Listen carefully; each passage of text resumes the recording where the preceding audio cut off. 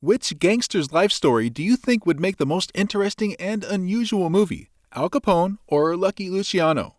How about Mickey Cohen? The guy from the age of 5 started to earn money, boxed professionally, and fought with 3 world champions, worked in the criminal environment in 3 different cities, and after the death of Bugsy Siegel got all his possessions under his control, taking part in a Mafia war where he escaped more than 10 attempts on his life, including the explosion of his house, which left him only splinters. That's pretty weak, don't you think?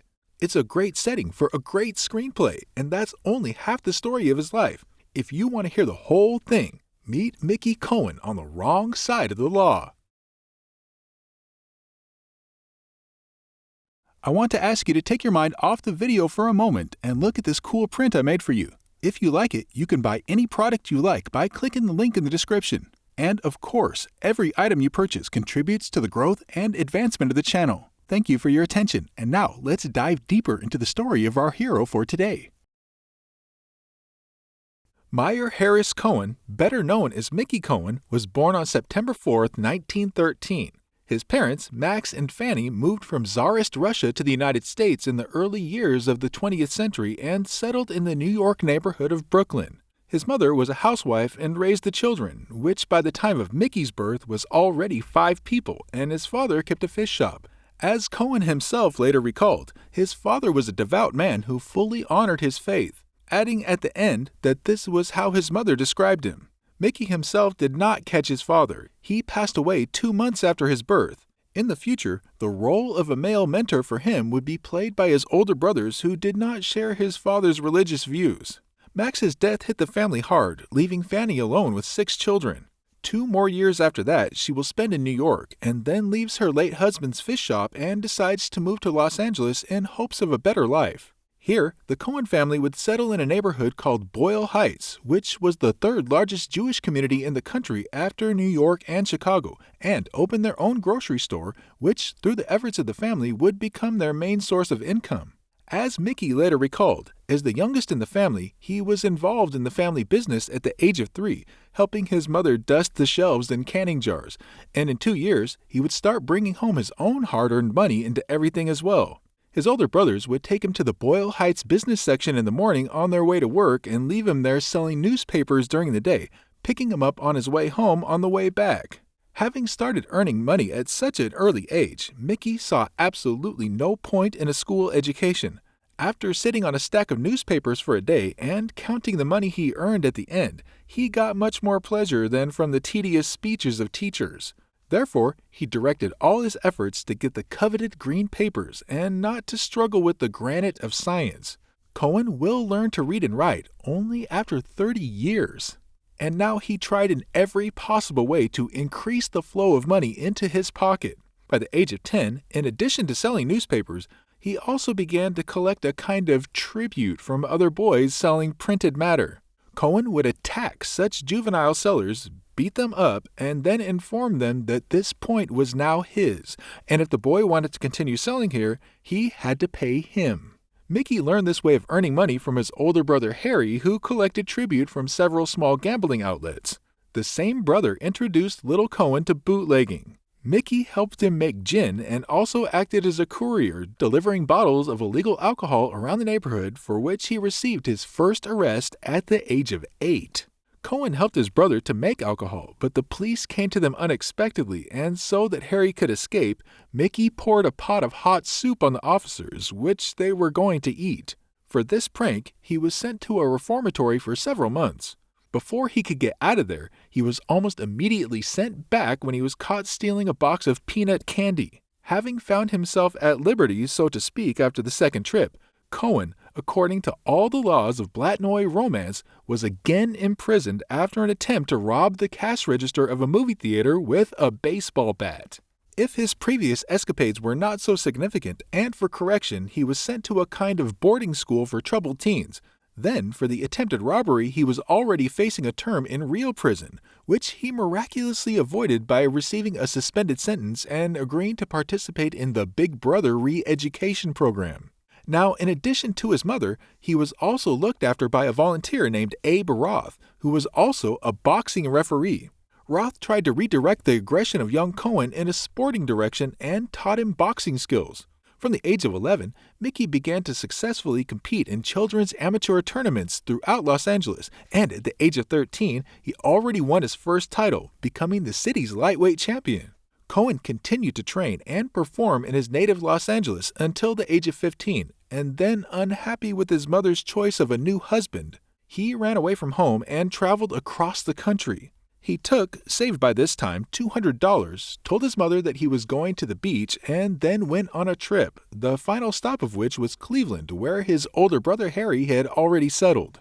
Here, Cohen continued his boxing training in one of the local gyms, whose owners noticed the potential in him and put in a good word for Mickey in New York, from where several top boxing managers came to Cleveland to look at him, who were satisfied with the talents of the young boxer. Cohen then moved to the Big Apple at the age of 16 with hopes of building a successful career in the ring. In New York, he was lucky enough to get into the gym with Lou Stillman, a man who at different times trained such champions as Jack Dempsey and Rocky Marciano. However, Cohen was not destined to repeat the fate of the great boxers. After winning his first few fights in the professional ring, there was excitement around him and the press called Mickey California Wildcat and a lightweight with a Dempsey punch. But having actually gotten to serious opponents, Cohen was unable to counter them with anything. Between 1931 and 1933, he lost by knockout to world champions Tommy Paul, Chalky Wright, and Alberto Arizmendi, after which he decided to quit professional sports. And since Cohen could neither read nor write and had no profession, but at the same time was not ready to go to a low-paying job as a longshoreman, the only way to earn money remained crime. He returned to Cleveland and formed a gang with a few Italian friends and began to engage in robberies. They robbed mainly gambling establishments and brothels, that is, those places that are unlikely to report them to the police. And although the owners of such businesses and really did not call the police, some of them reported the incident to local people from the Mafia, who provided them with protection and were for Cohen more dangerous than the cops. Soon, the gangsters figured out the gang of lawless robbers, and Mickey was caught in the crosshairs. And who knows what would have happened further if in his gang was not the nephew of a high-ranking mobster from Buffalo. Having learned that they were going to be taken out, Cohen and associates went to Buffalo to the guy's uncle, who managed to settle the matter with partners from Cleveland.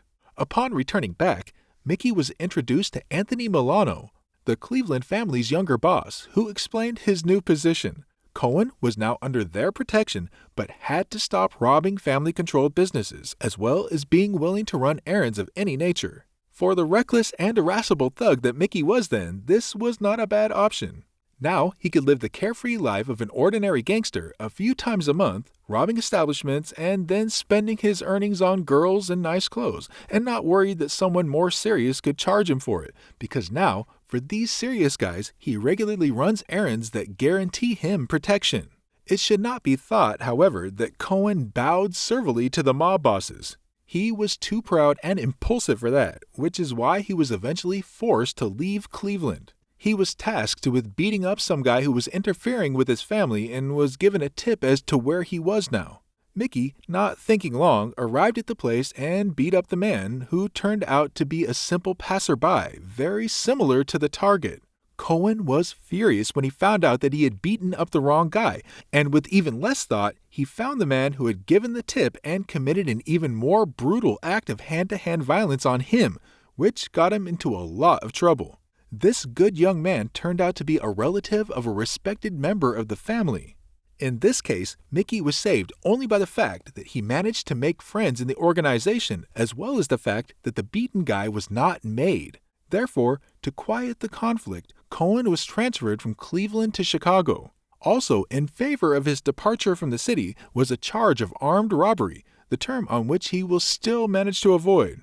But even in Chicago, Mickey could not stay for long. He managed to get into trouble in no time.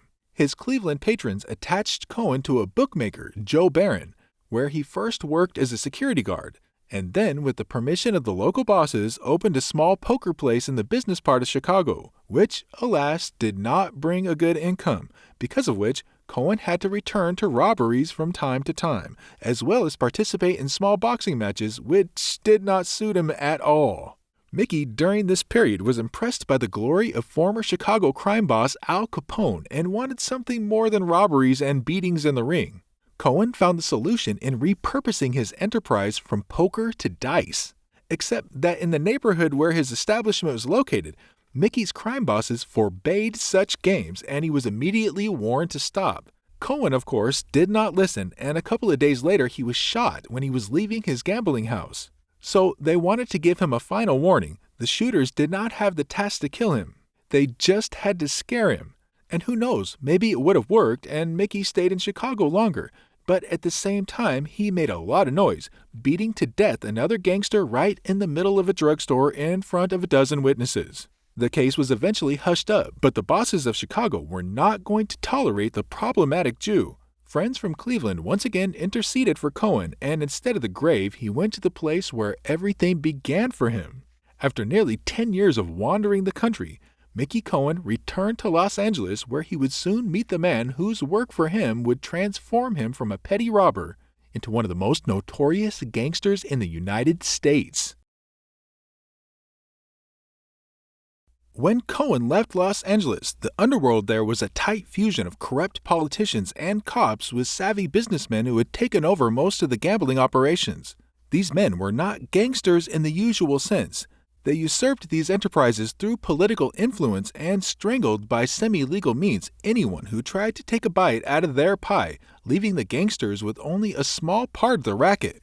But when Mickey returned, the situation gradually began to change, and in 1939, after a scandal that exposed the corruption of power, and in 1939, everything turned upside down, making the main people in the criminal world of the City of Angels Jack Dragna, John Rosselli, and Bugsy Siegel. It was to the latter that Cohen was referred by his Cleveland patrons. However, Mickey was not particularly eager to join Siegel's organization and first avoided it, returning to robbing brothels and betting shops.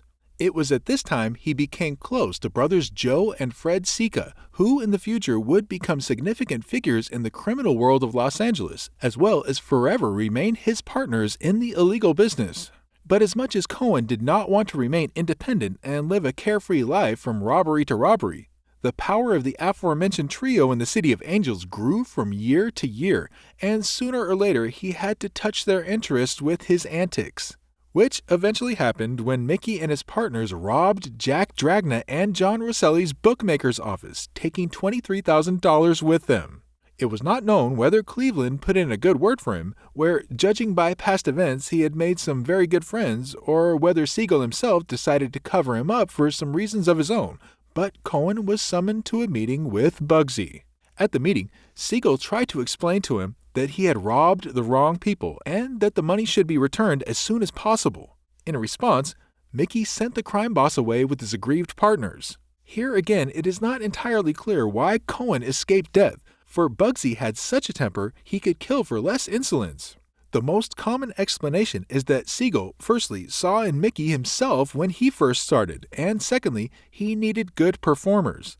And putting aside all of Cohen's past joints, he was in very good standing as a fighter in both Cleveland and Chicago and could really use Bugsy. But whatever Siegel's motives may have been, he did not once write out a death warrant for the young impudent man, but tried to make his wish known in another way. The very next day after the meeting, Mickey was put in jail for a week without explanation, and then taken directly from the police station to Bugsy, where John Rosselli was also present. The bosses explained to him that the choice he made now would determine whether he would get out of here with new friends or make very serious enemies. Mickey chose the first option, returned the money to Rosselli, and from that moment on linked his life with the Bugsy Siegel organization.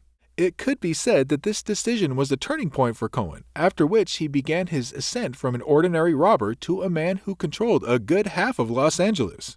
Mickey began his work for Siegel by doing what he did best. He raided betting shops, gambling clubs, and brothels that were protected by other racketeers. The only difference was that the main goal was not to take more money, but to convey to the owner of the establishment the idea that working with Bugsy Siegel, much more reliable and safer. The most famous case of such work in the performance of Cohen was a confrontation with the owner of gambling houses named Eddie Nealis. who owned several dozen establishments throughout Los Angeles, receiving from them about $10 million of profit per year, as well as having his own team of thugs to protect them. Mickey began his takeover of Nelis's business by raiding several of his establishments. Eddie, through his men, responded with death threats against Cohen. After that, Mickey first eliminated key enforcers of Nelis and then made an attempt on the businessman himself, having climbed into his house and waiting for him to come. Eddie somehow found out about this and did not show up at home, instead fleeing to Mexico and leaving his businesses to a more cooperative partner. In addition, Cohen's powers of persuasion were used by Siegel when he tried to infiltrate the movie industry unions, as well as during the imposition of a Bugsy-controlled telegraph service on bookmakers, through which bookmakers could transmit betting information across the country. Mickey attracted just over 500 offices throughout Los Angeles for Siegel's firm, making the boss richer by more than $1,000, some of which went to his subordinate. As Cohen later recalled, he did not have a flat rate for the work he would receive each week. Instead, Siegel would give both $5,000 and $10,000 and $40,000 depending on how useful to him the completed work was. And Mickey was quite happy with that outcome. His boss never gave him money and often gave him even more than he expected. Plus, working for Bugsy, he had very good protection both in the criminal world and at the level of the authorities, which allowed Cohen to start developing his own enterprises. Mickey's first adventure was prostitution, but for some reason he soon gave it up, and later on he received money only for the protection of brothels, while switching to gambling and betting. Starting with a small bookmaker's office, he grew to a dozen offices all over Los Angeles, and then all started taking bets all over the country, having about 8 offices in the United States which accepted and moved bets over the phone. It was a similar story for him with gambling. After initially opening a small place to play cards, he went as far as a luxury casino located literally steps away from the movie studios. This made his gambling hall look like the most unimaginable movie crossover during the day, where at one table could play cowboy, Indian, and forest fairy who dropped by to roll the dice in between filming. In addition to the main enterprises, which at that time for Cohen rightly considered the above gambling and betting, he also took on many other things that could bring money. He had his own nightclub and country house for private parties, where rumor has it that even orgies were sometimes held. He sponsored up-and-coming boxers, and during the war he made a lot of money selling goods that were scarce at the time, such as women's stockings, perfume, liquor, and a variety of foodstuffs. All these successes of Cohen in creating profitable enterprises could not escape Siegel, and he began to trust him more and more. Mickey was a confident fighter and was rapidly gaining momentum in his ability to run the business, causing his authority in the organization to grow daily. So when Bugsy decided to focus more on his intention on matters outside of Los Angeles and face the question of who to leave the running of the business here to, it was no surprise that Cohen was the first choice. Mickey was Siegel's official representative in LA from about 1945 to 1947, and then when Bugsy was killed, took over all his holdings under his personal control. By the late 1940s, Cohen had gone from being a common burglar to one of the key figures in the Los Angeles underworld. However, along with material wealth and authority, he received along with this status and a lot of problems. Very soon, the press will make him the main gangster of the country, because of which the state will decide to put him in jail in any possible way, and competitors will make so many attempts that Mickey Cohen could be called the California Fidel Castro. At the time of Siegel's death, Cohen had already been running the Bugsy organization for 2 years from 1945 to 1947. During this time, he had taken over from his boss all his contacts with politicians, judges, prosecutors, and police officers, and had built up a small team of trusted people around him, so when the shooter pierced Bugsy Siegel's eye, Cohen was ready to run the organization without his boss's guidance. However, that didn't mean he was completely rid of the powerful patrons who might have influenced his actions. Mickey was still connected with the Cleveland Mafia family as well as with another criminal mastermind from the same city named Rue Rothkopf, whose acquaintance occurred around the same time as Anthony Milano. It should also be noted that some sources still attribute to this list Frank Costello and Meyer Lansky. Such a position of Cohen as a crime boss, who can be influenced by other criminal figures, may cause you to wonder what kind of boss he is if there is someone else standing over him. To which I'll tell you, a regular one. For Los Angeles at that time, this position of local criminal leaders, in principle, was normal. John Rosselli, for example, reported to a Chicago family, and Jack Dragna, according to Cohen himself, was connected to New York's Lucchese family, being a relative of its boss. This comes from the fact that LA, firstly, was considered in the Mafia environment as a territory that could not be fully assigned to anyone, and anyone could spread his interest there.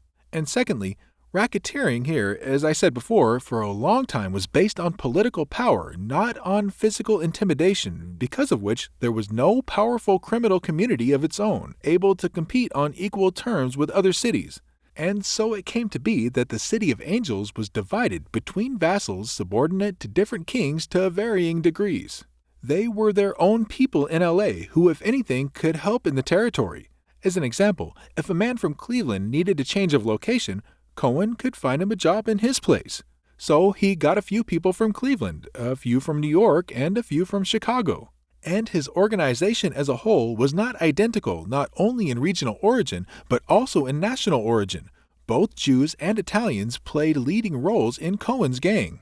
Cohen's inner circle, whom he trusted and who directly dealt with the boss's errands, consisted of 15 to 20 people. His organization was not huge, but nevertheless managed to control dozens of racketeers throughout Los Angeles and its suburbs.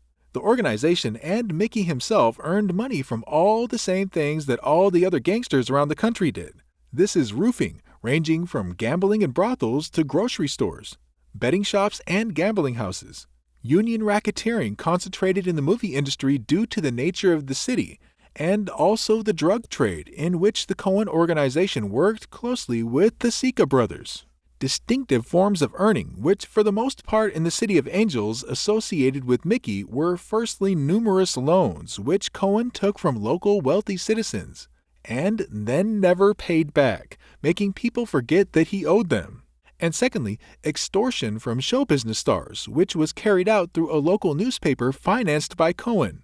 Journalists of this publication found dirt on this or that star, and then Mickey's people brought to this star the news that the publication can be avoided, it is only worth a little bit of money. The money that came from these illegal enterprises allowed Cohen to live exactly as gangsters are shown in the movies. Luxury cars, beautiful homes, and expensive tailored suits. The only thing that distinguished Mickey from the typical image of a gangster was the absence of bad habits. He did not drink, smoke, or use drugs. Instead, he really liked ice cream. And if you thought that this fact doesn't really correlate with the tough guy image, the following information should cause you a little cognitive dissonance in general. Cohen was afraid of germs and was obsessed with cleanliness. He could wash his hands several times an hour, change his clothes at least twice a day, and postpone an important meeting just because his clothes weren't clean enough. A small spot on his pants or shirt already made him nervous, and dust in his office or room could cause a fit of anger. Such a manic love of cleanliness in Cohen was caused in large part by gonorrhea suffered at an early age. Otherwise, Mickey really did fit the image of a typical gangster. He had his small but luxuriously furnished house with a separate room for his many custom-made suits, as well as premium Cadillac cars with custom-made secret drawers to store weapons in. He even once had a fully armored car like the one Al Capone used to drive in Chicago. And it must be said that Cohen had good reasons to buy a fortress on wheels. In Los Angeles, he had many more enemies than friends. Having received, after Siegel's death, all his possessions in his hands, Mickey became the most important figure in the underworld of the City of Angels, which did not please other crime bosses, with whom Cohen was not willing to maintain close partnerships as it was in the days of Bugsy Siegel, which naturally inflamed the atmosphere and eventually led to a full-fledged conflict.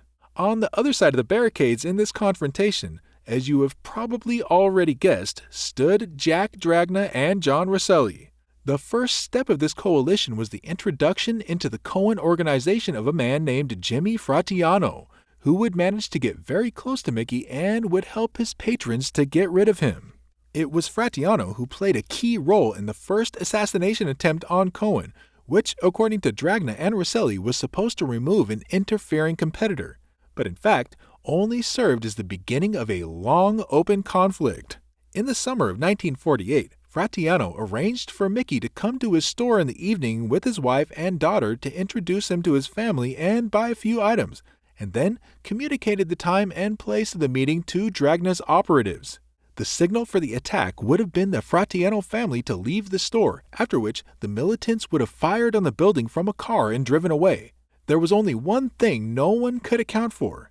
As soon as they exited, Cohen immediately ran to the restroom to wash his hands after the parting handshake that ultimately saved his life. Having thus deceived death, Mickey nevertheless failed to realize how the assassination attempt had been planned, not even realizing that he had a mole right under his nose who, after the first failure, continued to snitch on him, which led to a series of assassination attempts. Just a couple of weeks later, Cohen tried to kill him in a crowded nightclub, hitting him from behind on the head with a baseball bat, but he managed to escape. The next time he was shot as he was leaving a restaurant, but again the bullets missed their target. At least 5 times, Cohen was attempted to be killed while driving somewhere in his car, and 3 times Mickey wanted to blow himself up right in his own home. On the first attempt, the bomb didn't work. On the second, it exploded too far from the house, and on the third, it blew up half the house, and Cohen survived only because he wasn't in the room at the moment, and also because of the big safe which reflected most of the blast wave. And the above wasn't even half of the attempts to kill him. By and large, in this conflict, Mickey was caught between 2 of the strongest mafia organizations of the time. On one side was the Chicago family represented by John Rosella, and on the other side was Jack Dragna, who was supported by one of the families of New York. Under such pressure, some of the people from Cohen's team began to betray him like Fratianno, and those who remained loyal one by one found themselves in the grave, either during assassination attempts on the boss or in their targeted elimination, because of which Cohen began to rapidly lose his position, and even his patrons from Cleveland could not help him to improve the situation. In addition, the constant assassination attempts began to attract the attention of the press, which after each attempt to kill Cohen put his name on the front page, which provoked for him unwanted fame, which forced the police to consider the cases of the invulnerable gangster almost under a microscope. The cops' first move against Cohen was similar to the actions of his underworld enemies. Several undercover agents were embedded in Mickey's organization, but they could not last as long as Fratianno and were quickly exposed. The only thing they did manage to do was wiretap Cohen's house, but even that did nothing to help in the efforts to put Mickey behind bars, and the tapes would later be rejected by the court. All other investigations and prosecutions initiated by the LAPD will end in the same way. Cohen will be found innocent and remain free. Only the most formidable government agency for gangsters will be able to send him to prison. In the late 1940s, when the hype around Mickey began to go beyond Los Angeles, he was interested in the tax department, which literally under a microscope combined through all his income and expenses, literally even interrogating the staff of the stores in which he went. And such a scrupulous approach bore fruit. July 9, 1951, Meyer Harris Cohen was sentenced to 5 years in prison and $140,000 fine for tax evasion, which by and large was the final nail in the coffin of his dominance in the criminal world of Los Angeles. During his time in prison, he will lose the rest of his cronies, and his enemies will have the opportunity to strengthen their positions in order to finally remove the irritating, invulnerable Jew. But fate will have an ace up its sleeve for Mickey Cohen, even for this seemingly stalemate situation. Mickey Cohen got a lucky ticket to the big leagues of his craft in the person of Bugsy Siegel. However, like his boxing career, when faced with serious rivals, he could not resist them and lost the fight for the right to the criminal Olympus. However, this does not mean that he turned back into a common thug overnight. Cohen still had weight in the criminal milieu, and that, coupled with money, was enough to keep him comfortable in prison. He could eat whatever he wanted, even his favorite ice cream was available. Mickey showered several times a day instead of twice a week, not to mention his clothes, which his strange phobia forced him to constantly change, so Cohen had so many sets that it would be enough to dress half a prison. But even such conditions did not allow him to accept the sentence, which he constantly tried to appeal. The authorities, who had been trying to put him in jail for so long, nullified all Cohen's attempts, allowing him to get out only in 1955, having reduced part of his sentence for good behavior. And while he was in jail, fate gave him the gift he could only dream of, clearing the way for Mickey to return home safely. One of his serious enemies, in the person of John Rosselli during this time, went back to his place in Chicago, and the other, Jack Dragna, was encircled by police on all sides and was forced to spend most of his time in San Diego. What's more, in 1956, Dragna and in all would leave this world behind and would no longer be able to hurt Cohen in any way. Plus, his longtime close partners, the Siegel brothers, had only increased their influence during this time, which was only to Mickey's advantage. Having been released on parole in 1955, he still had to be on probation for a little less than a year, so Mickey was under close scrutiny from the authorities and had little opportunity to return to the business from which he had been knocked out 4 years earlier. So Cohen did his best to portray himself as a good citizen, starting with a press conference a couple of days after his return to LA, where he announced his departure from any kind of illegal activity. The next step in exemplary correction was joining the Volunteers of America, which Mickey traveled to juvenile prisons and lectured there about the devastating impact, both on the individual and on society as a whole deviant behavior. All of these activities again attracted the former King of Los Angeles to the close attention of the press, which Cohen was happy to play along with. Articles about him came out literally every week. Then he is now tending to the flowers in his greenhouse. Then appears at a sermon at the famous at the time preacher Billy Graham, then sued the newspaper that declared him dead. But the most significant media appearance for Cohen during that period was an invitation to Mike Wallace's television show, which was broadcast nationwide. There, he first gave a familiar tirade about corrections, but then criticized the Los Angeles Police Department and in particular its chief, William Parker, with whom he had a long-standing beef, which not only caused another wave of media attention, but also increased the interest of the police in his person, which certainly made it difficult for him to return to criminal cases, with which everything was very ambiguous. I cannot say definitively whether Mickey regained his position after his first term or not, as it is a very confusing subject. On the one hand, he was constantly seen with various representatives of the criminal world in the United States, because of which the authorities began to attribute him to drug dealing, gambling, and a return to racketeering. But on the other hand, all these accusations had no direct evidence. What can be said with certainty, however, is that Cohen was once again borrowing money from wealthy people with no intention of paying it back. And if you discard all the facts, which do not have sufficient evidence, then it turns out that Mickey Cohen lived all this time at the expense of extortion from rich people. And from the looks of it, that money was completely enough for him. He was still living large, visiting the best restaurants and clubs, dressed with a needle, and did not deny himself in any whim. Whether it was an ice cream store that was clearly operating at a loss or one of the dozens of local beauties he dated since his divorce from his wife. Among the women Mickey had long or short relationships with were actress Liz Renee, as well as porn actress Candy Barr. Romances with such girls also attracted to Cohen not a small public interest, and by all accounts it suited him just fine. Satisfied to be in the center of constant attention, standing in this aspect in a row with the first stars of Hollywood. But only the authorities such a position of criminal star did not like, and for Mickey again took the tax department, which, as in the last time, managed to prove tax evasion, and in 1961, just 6 years after the end of the first term, Meyer Harris Cohen was sentenced to 15 years in the strictest prison in the United States, called Alcatraz. There, during his term, he would cross paths with infamous figures such as Frank Carbo, Bumpy Johnson, and Whitey Bulger.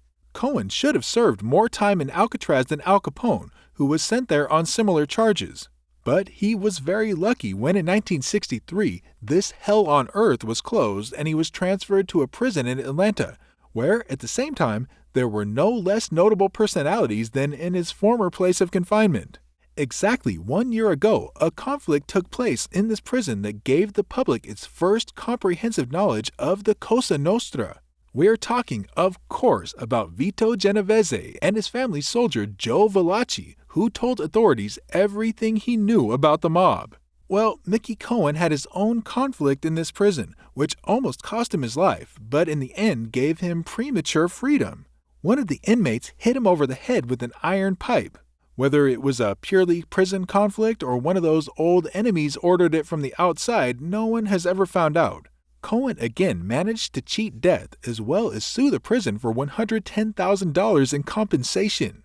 After the assassination attempt, Mickey was transferred to the medical facility of the prison in Springfield, where he would remain under medical supervision until he was released for health reasons in 1972. He was paralyzed for a while after that blow and then had trouble moving around. On top of that, his stomach cancer was beginning to progress. This was no longer the Cohen he used to be. This time, back in LA, he was a battered 58-year-old man who really didn't want the publicity or the return of the throne of crime kingpin. He signed a contract for a book about himself and quietly lived out his days on that money, only occasionally appearing in documentaries or TV shows as an expert.